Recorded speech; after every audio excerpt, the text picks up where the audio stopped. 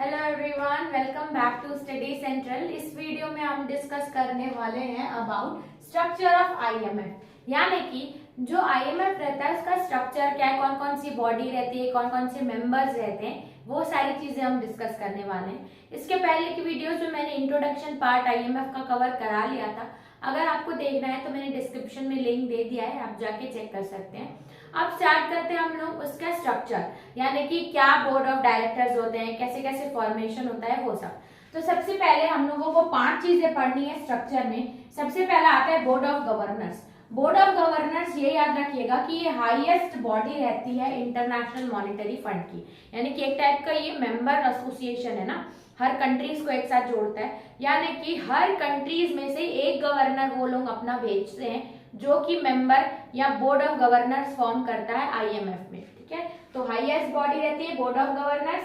जो भी member country है वो अपनी कंट्री से एक गवर्नर और एक अल्टरनेटिव गवर्नर सेंड करती है, यानी कि each member country appoints one governor and one alternative governor जो कि आईएमएफ में बैठता है उनका रिप्रेजेंटेटिव बनके।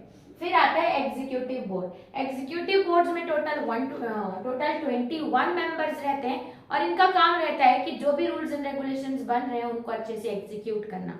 अब 21 मेंबर्स में से 5 मेंबर्स जो रहते हैं वो लार्जेस्ट पॉपुलेशन जैसे कि जापान ये वाली कंट्रीज से फॉर्म करते हैं और बाकी 15 rest of the member countries से आते हैं।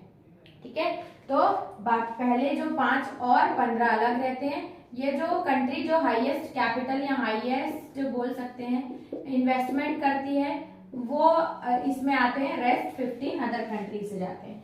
फिर आता है सेक्रेटरीज। सेक्रेटरीज यानी कि ये प्रिंसिपल बॉडी ऑफ फंड है, फंड का मैनेजमेंट करती है, फंड को देखती है कि कहाँ कहाँ से सोर्स है और प्रॉपर एलोकेशन करती है और बाकी चीजों पे लुकआउट करती है, वो सेक्रेटरी।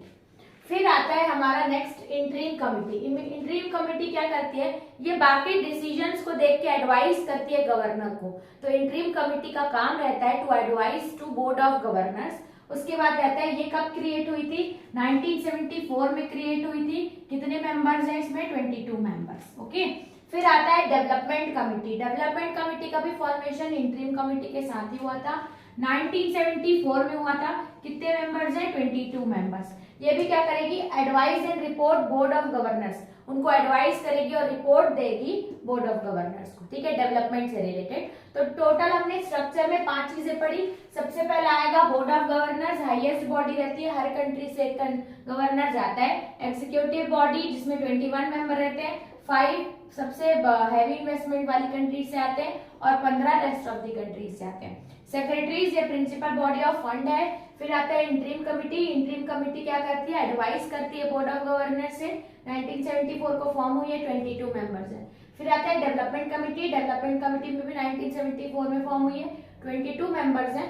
फिर एडवाइस रिपोर्ट, ये क्या करती है, बोर्ड ऑफ गवर्नर्स को एडवाइस या रिपोर्ट करती है। ओके, तो ये था हमारा पूरा topic about structure of IMF. I hope आपको समझ में आया होगा। तो चलते हैं नेक्स्ट वीडियो में, देखते हैं इस चैप्टर का नेक्स्ट टॉपिक। तब तक के लिए थैंक्स फॉर वॉचिंग।